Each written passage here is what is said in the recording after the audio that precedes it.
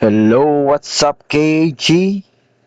So, gusto ko lang kayong i-update dito sa bagong post ni Posturon, no, about sa future ng Axis Scholarship under BAXS. Napaka-interesting ng balita na to. So, gusto ko maging updated tayo pagdating dito sa mga ganitong news. So, tingnan natin, check natin. So, follow nyo si Posturon sa Twitter para mas maging updated kayo. So, introduction with BAXS on the horizon, question about how the scholarship system will be affected have arisen. I would like to share my point of view on this change as someone who has been both a scholar and a manager in the Axie Infinity ecosystem. So, ano ba yung scholarship system? Ito yung klase ng sistema na maghahanap ka ng manager na magpo-provide sa'yo ng mga access, tapos ikaw yung lalaro nung account na yon, and then nag-i-split kayo sa profit pagdating doon sa laro, no? So dito, mas binigyan niya tayo ng insight kung ano ba yung nakikita niya tungkol doon sa magiging future ng mga scholar pagdating dito sa paglabas ng bagong sistema nila, which is yung BAXS. So it was a beautiful setup because it opened the gates, but looking back, it usually stopped there. It was a transaction. You played, you earned, and you shared. Now, we have the chance to make it something more. Ayan. So, how will BAXS affect the scholarship system? So, this means Meatkeeper, top contributors like Coco, Freak, yung Peter Pan, are likely to have much higher exchange rate. Diba, napag-usapan natin yung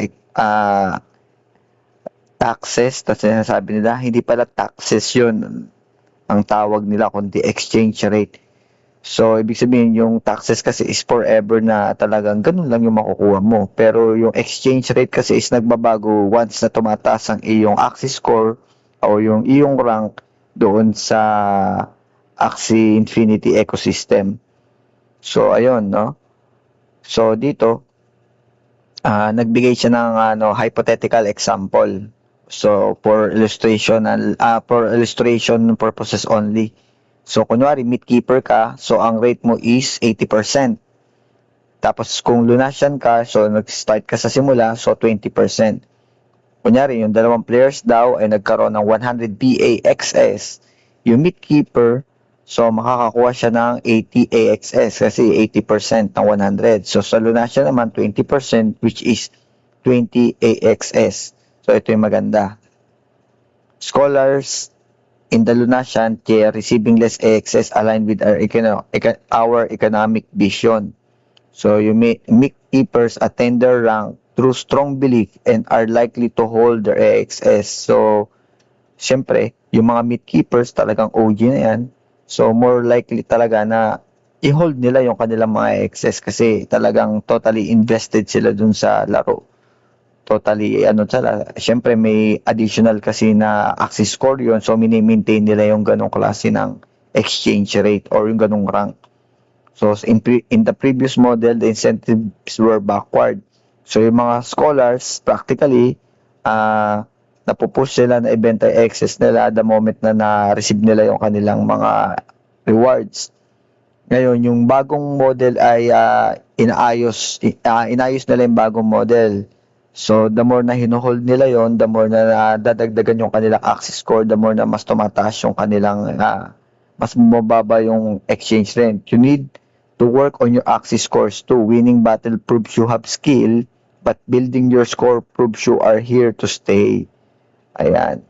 So, mas nasasala natin yung mga players, lalo lang yung mga scholars, kasi yun yung naging yun yung mga naging reason kung bakit tuloy-tuloy yung pagbaba ng presyo dati ng SLP dahil syempre, the more na nakaka-earn ng SLPs, the more na binebenta nila yung mga asset nila, no?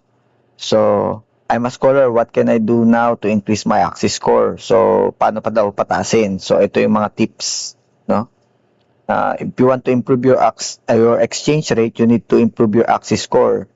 So, ito daw yung mga cheat sheet, no? So, kailangan mo is i-grow your collection. The more direct way to boost your Axie score is by holding asset, even owning a single collectible Axie. Ako kasi may mga collectible Axie ako, no?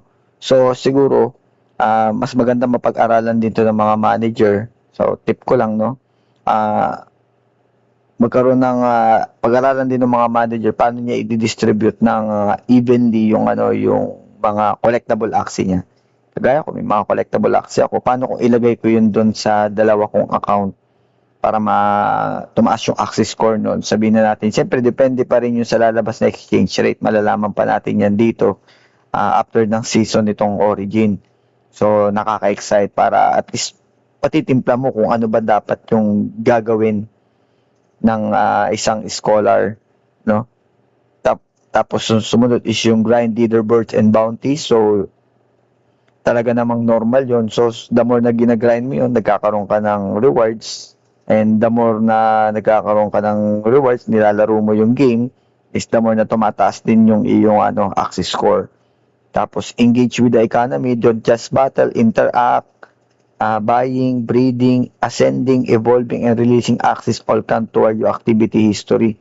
So, kung ako man yung manager at yung scholar ko, yung nakikita ko naman na progressive, okay naman siya, no? So, yung mismong scholar ko, through delegation, pwedeng may upgrade yung mga Axis para mas tumaas yung kanilang mga Axis score. So, be a citizen, governance. When governance votes are active, participate. Be an active voter. Show you care about the future of Lunasia. So, sa governance kasi is dapat may mga stake ka dyan para isa ka sa mga nasuporta doon sa Lunasia, no? Kasi ang tawag doon sa mismong mundo ng Axie Infinity is Lunasia ang tawag. Watch for special events. Keep an eye for limited time events. Participation often rewards the most dedicated token holder. So yun, yung mga special events na yun na dinidiscuss nila dito. Ibig sabihin may mga parating pang mga pasabog itong Axie na maaaring gumulat sa atin dito pagdating sa mundo ng Lunasia. So, paano naman yung mga manager? Sa mga manager naman, this update changed the game for us too. Yung dati, the strategy was simple, volume. Mas marami tayong mga scholar, ganun na yung naging kalakaran. So, ngayon, with BXS, we can use the reward generated by scholarship accounts to directly grow the asset within those accounts. BXS can be used to evolve, breed, and ascend the very axis our scholars are playing with. In the future, BXS for these accounts could also be used to purchase NFT on Aptataxi for their compounding long-term value, no? So yung mindset na to, fewer scholar, higher impact. So dito kasi mas quality ng mga scholar ang mas ma-produce natin kaysa yung dati na talagang more on grinding lang, and after nun wala na. Kasi dumaan din naman ako sa pagiging scholar at ang pinaka-target ko rin talaga nung nag-scholar ako is magkaroon ako ng mga sarili kong Axie. So yung mga kinita ko nung nag-scholar pa lang ako, so inipon ko yun.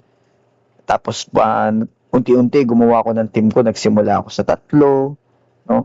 Yung classic pa lang yung nilalaro ko hanggang sa dumating ng Origin hanggang ngayon, no? So tuloy-tuloy pa rin ako na bumibili dahil nagustuhan ko talaga yung game.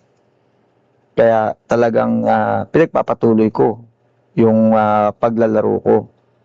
So this create a new mindset, and few scholars, higher impact. Instead of managing 100 accounts with low scores and low rates, it is now smarter to find your top 10 scholars and build them into high Axie score accounts. But remember, our ultimate goal hasn't changed. It has just become clearer. The role of a manager is no longer just to provide asset. It is to be an educator. Our job is to teach our scholars how to navigate the economy, how to build their own score, and eventually how to set them free. The best manager would be the ones with the most scholar. They will be the ones with the most graduate. No?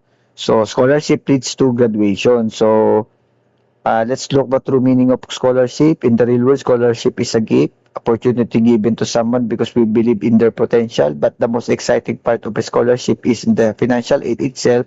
It is where it leads you. So, parang binibigyan mo na rin ang career, no? Sana magkaroon ng ganong klase ng ecosystem dito sa Axie Infinity, no? Magkaroon ng ganon na parang siyempre binibuild mo rin yung iyong parang ginagawa mo na rin siyang the more na nag-i-improve ka dun sa game, the more na nakakaipon ka ng asset, the more na dinadagdagan mo yung iyong mga asset, the more na tumataas yung iyong Axie score. So parang nagkakaroon ka na ng career pagdating dito, no? Sana magkaroon ng mas maganda pang ilabas, no? Bukod dito sa scholarship leads to graduation, magiging career kaya ito para sa mga tao or magiging kaya talaga bang dapat pa nating i-pursue to? So, oobserbahan pa rin natin yun kung ano yung mga next step na gagawin ng Axie Infinity. Ito naman, hindi pa naman to official, no? Ito yung mga shinare lang yung insight tungkol dito. Pero maganda rin na talagang silip natin itong mga ganitong klase ng mga ideas para magkaroon tayo ng mga idea tungkol sa pwedeng mangyari pa sa ganitong klase ng insight. Kagaya niyan, ako rin naman, iniisip ko rin, dahil dito sa BAXS is maaaring mawala yung mga scholar. Maaaring lalong hindi maging interesado, lalo yung mga newcomer. Pero what if nga ganito, no? Magkaroon sila ng ganitong sistema tapos may additional pa na reward para do sa mga scholar.